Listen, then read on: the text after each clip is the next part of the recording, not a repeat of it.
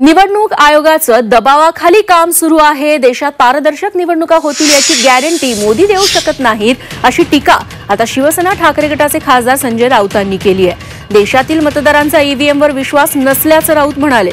दुसरीकडे भाजप आदर्श आचारसंहितेचं काटेकोर पालन करेल अशी प्रतिक्रिया भाजप प्रदेशाध्यक्ष चंद्रशेखर बावनकुळे यांनी दिली आहे।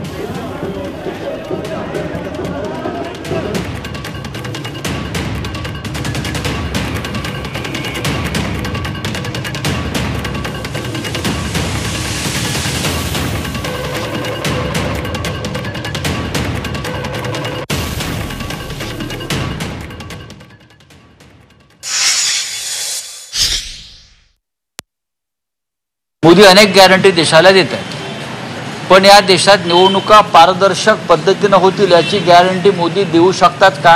मला वाटतं नाही, कारण मोदी आणि निवडणूक आयोग या एकाच नाण्याच्या दोन बाजू आहेत। त्या देशातील मतदारांचा ईव्हीएम वरती विश्वास नाही, तरी आम्ही त्या पद्धतीने निवडणुकीला सामोरे जातो।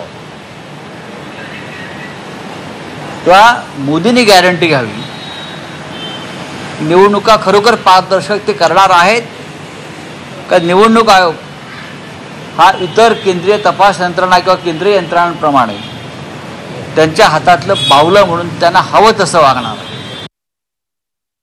भारतीय जनता पार्टी सुद्धा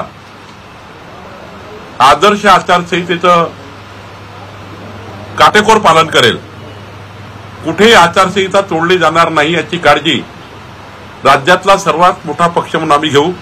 45 खासदार आमचे मोदीजींच्या पंतप्रधान पदाच्या दिवशी जेव्हा शपथ होईल तेव्हा त्या शपथविधीला हजर असतील असा मला विश्वास महाराष्ट्राच्या जनतेवर आहे।